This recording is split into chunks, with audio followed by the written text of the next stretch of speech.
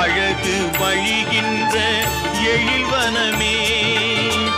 அமுதம் இருக்கின்ற பொற்குடமே, இயற்கை அழகு வழிகின்ற எழில்வனமே, குமுத இதழ் விரிந்த பூச்சரமே,